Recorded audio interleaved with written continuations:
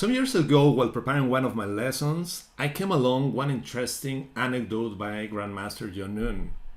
He was playing a long match against a FIDE master named Mike Cook, and suddenly his opponent, after a long number of games, told him that he was certainly disappointed by the quality of the games, as he thought meeting such a strong opposition would let the games to be decided by strategical factors, strategical ideas.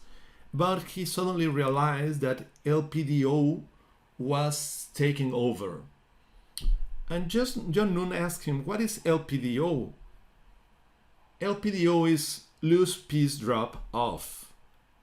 And John Nunn confirmed after some games that the games were being decided by a loose piece that could, at certain point, duly drop off.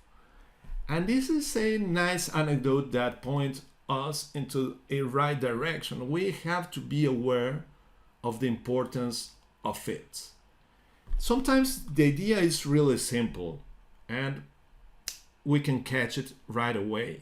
But on other occasions, we are prone to make a bigger effort and to recall the idea of undefended pieces. And I will give you two examples. First of all, the simple one, the one that even John Nunn included in his book. This is a game between Chandler and Werner Beckemeier in Bundesliga 1986. And here black played knight b6. Okay, there is one undefended piece. This is h8. And at the same time, there is one x-rayed piece. This is the b6 knight. Okay, this one is defended. But as you can see, there is one interception to those lines, no?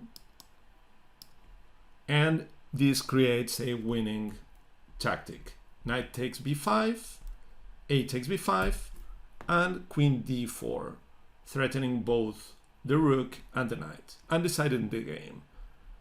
After this, white is simply collecting pawns and went on to win the game. In a much more complex example, I will show you one game I played in 1993 against woman international master Zirka Frometa from Cuba. In that game, we find ourselves in a position where white seems to have a big advantage due to the c6 backward pawn that is in an open file. As I thought I was winning, I played knight e5 without much calculation. This move looks okay because bishop takes e2, rook c6, and the d6 queen is hit, and the knight on f6 is undefended.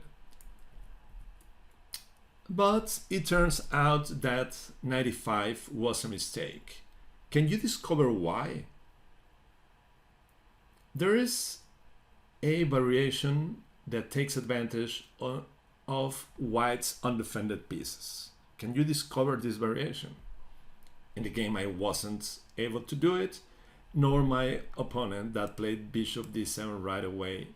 And after some maneuvers, I went on to win the game, playing a5 at a certain moment and fighting for the c5 square and pressing the c6 pawn.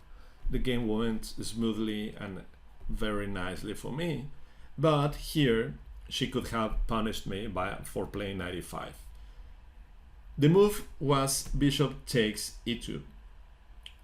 After rook takes e6, queen b8.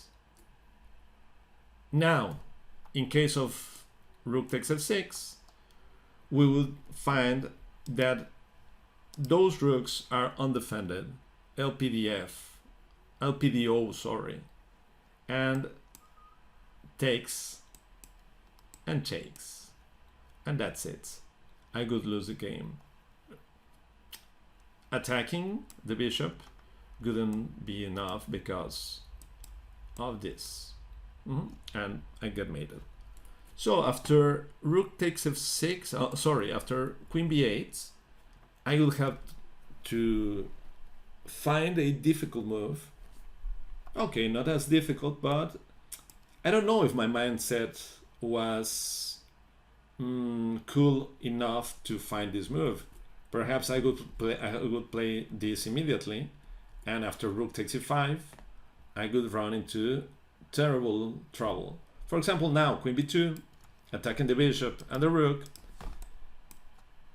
and finds this move, and I'm lost.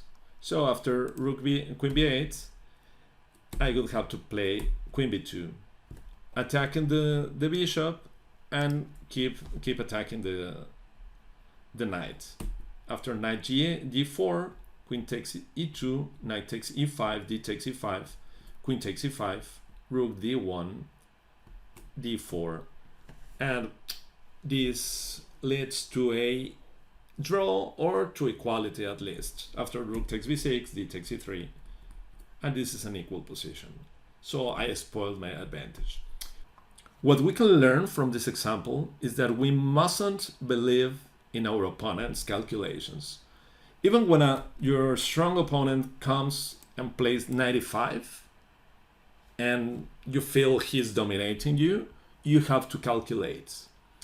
And one of the most powerful devices we count on is, as usual, the candidate moves.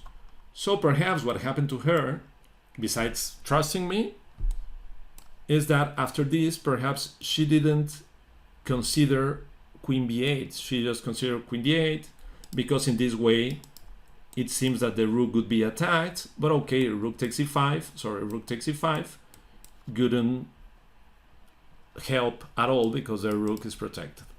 So by carefully analyzing the candidate moves, she could have discovered this fantastic move, this fantastic idea that could have led me into misery.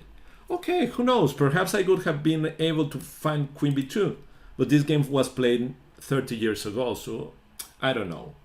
I was a FIDE master already, but that would be a psychological thing related to it, no? Because you think you are winning, and all of a sudden you have to discover that rook takes f6 loses to rook e5. Never trust your opponent's calculation. Calculate it yourself. That's the advice. I hope you enjoyed the video and these ideas help you to win games and to enjoy chess. See you next time.